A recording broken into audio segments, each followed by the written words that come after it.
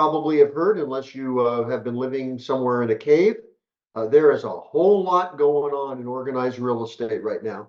Uh, the majority of my time has been spent dealing with the future of compensation, commissions, what's going on with these 20 antitrust lawsuits. It's a really a difficult time, and I'm sure many of you are feeling some of the pressure. But what I want to talk about today is, what are the current obligations of a realtor relative to discussing compensation with their client? Because a lot of agents don't necessarily do that. They don't talk about compensation with their clients except in a very cursory way, because compensation uh, uh, through the MLS has been pretty much historical, and that may be changing. There's a good possibility that mandatory offers of compensation will probably go away sometime this year. Pardon me. And there's also a very real possibility that any offers of compensation may go away. So, in light of these changes that may be coming, in light of the current status and the uncertainty, let me give you a couple of tips. As you all know, and we say it every day, commissions are negotiable. We all know that. I'm not sure how negotiable they are. It depends on the office, I suppose. Every office has a different policy, which sort of flies in the face of these claims that there's a conspiracy going on. But the requirement that commissions are negotiable is actually statutory. Actually, the print type that's in your listing agreement that indicates that commissions are mandatory, and the claim that they are negotiable. Pardon me.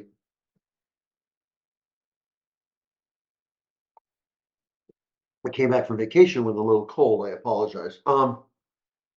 But the mere statement that commissions are negotiable are mandatory. The CAR has put that statement in bold print, because that's also mandatory in your listing agreement and in the new buyer broker. But so let's talk about what the current law says about compensation. Well, let's talk first about the Code of Ethics. Article 1 of the Code of Ethics basically says that you are to put your client's interest primary. You're to be honest with all parties, and then underneath that there are some very clear standards of practice dealing with things like access to the property, maintenance of property that you're managing, all those kinds of good things. So I want to read to you two standards of practice. Article 1, Standard of Practice 1-12 says the following: when entering into any listing agreement, realtors must advise sellers, landlords, number one, the realtor company's policies regarding cooperation and the amount of any compensation that will be offered to subagents, to buyer tenants, agents, and brokers acting in legally recognized but non-agency capacity. But the fact that the buyer or the tenant, agents or brokers, even if compensated by the listing brokers or by the sellers or landlords, may represent the interest of both sides, and any potential for listing brokers to be dual agents must be disclosed, and that's also in the statute. So again, the key there is that you must advise your clients as a listing agent what your office policies are regarding compensation and cooperation.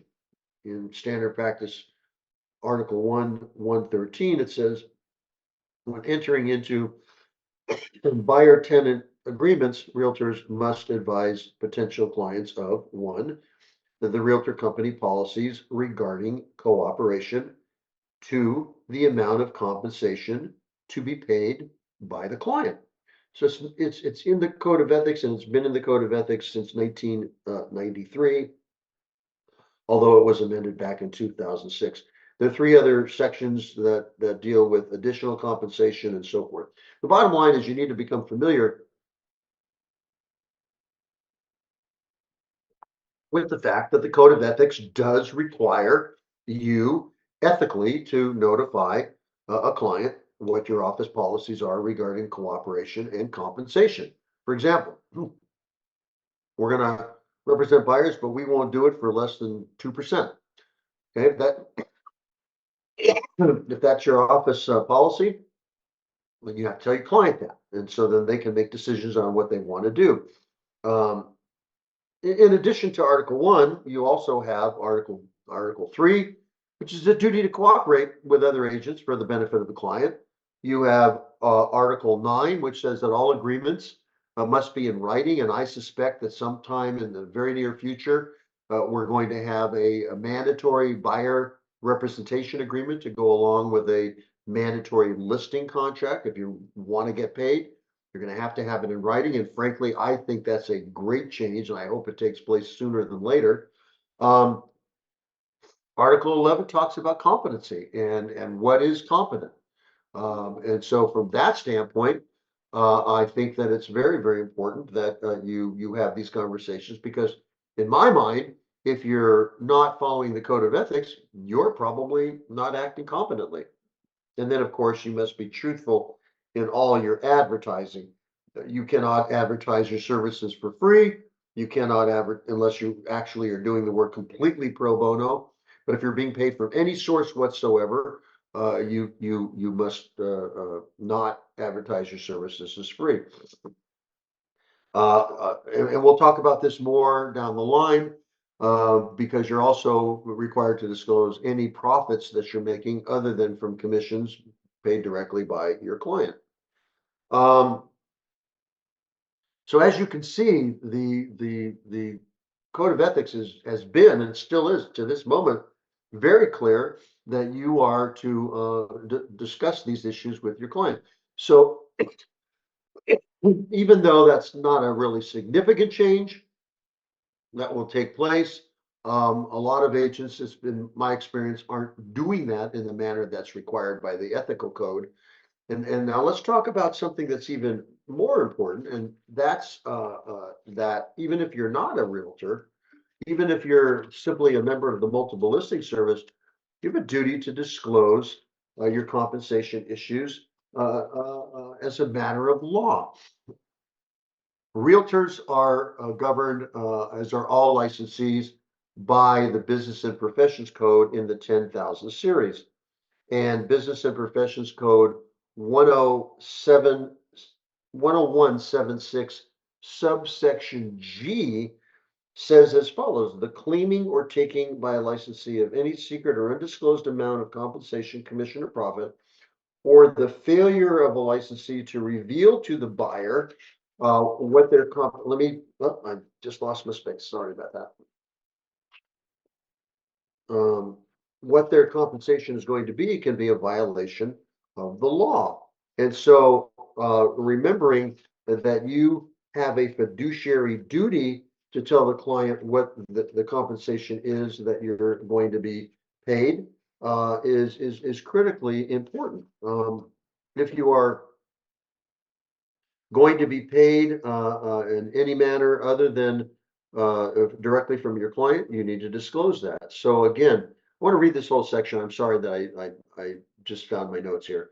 The claiming or taking by a licensee of any secret or undisclosed amount of compensation, commission, or profit, or the failure of a licensee to reveal to the buyer or seller contracting with the licensee the full amount of the licensee's compensation, commission, or profit under any agreement authorizing the licensee to do any acts for which a license is required under this chapter for compensation or commission prior to or coincident with the signing of an agreement evidencing the meeting of the minds of the contracting parties regardless of the form of the agreement, whether evidenced by documents in an escrow or by any other or different procedures, and that would include verbal. You got to talk to your clients about how you anticipate being paid, what you're going to be paid, and so forth. It is absolutely critical. And that failure could lead to a real problem with your license. We had a conversation with the commissioner's office recently, and the head of the legal department said that they're, in light of all this commission argument and all these commission lawsuits, they're reevaluating their position on these particular laws.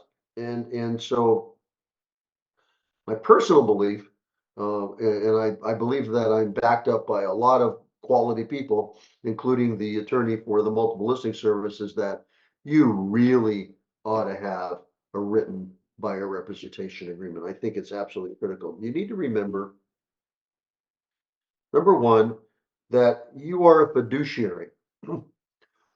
And that doesn't mean just in the way you negotiate, the way you handle disclosures, but it means in all the activity that you have with your client, including the passing on of material information, including information about how you're going to be paid. I want to make it abundantly clear. I don't think there's a problem in the world with you getting paid. You have a family to support, you have bills to pay, you are worth it. We've had a number of conversations about how you profess your value to a client, but the bottom line is that you are valuable, you're worth it, but you need to make sure the client understands, just like any other professional, how you're planning on charging for your services. As a fiduciary, you have mandates set forth by the Code of Ethics. You have mandates set forth by statute. And of course, and I haven't gone into that today, but you have mandates set forth by numerous cases that talk about your fiduciary obligations to your client. And if you're the broker, you have a duty to make sure that you oversee and supervise these activities of your agents. Well, it's clear that this cough isn't going to go away. I've covered everything I wanted to cover. I have a few more things I can say, but we'll do that when we talk about the next rant. We're going to be doing a lot of programs. Keep an eye on what the association sends you, because we're going to be, not when I say we, myself, other quality leaders, a number of attorneys. We're going to provide you with as much information as we can. I apologize for the horsey throat I have today, but we will continue to provide information as we move forward. So for now, this is John Giardelli and his bad throat, signing off for the day. Thank you very much.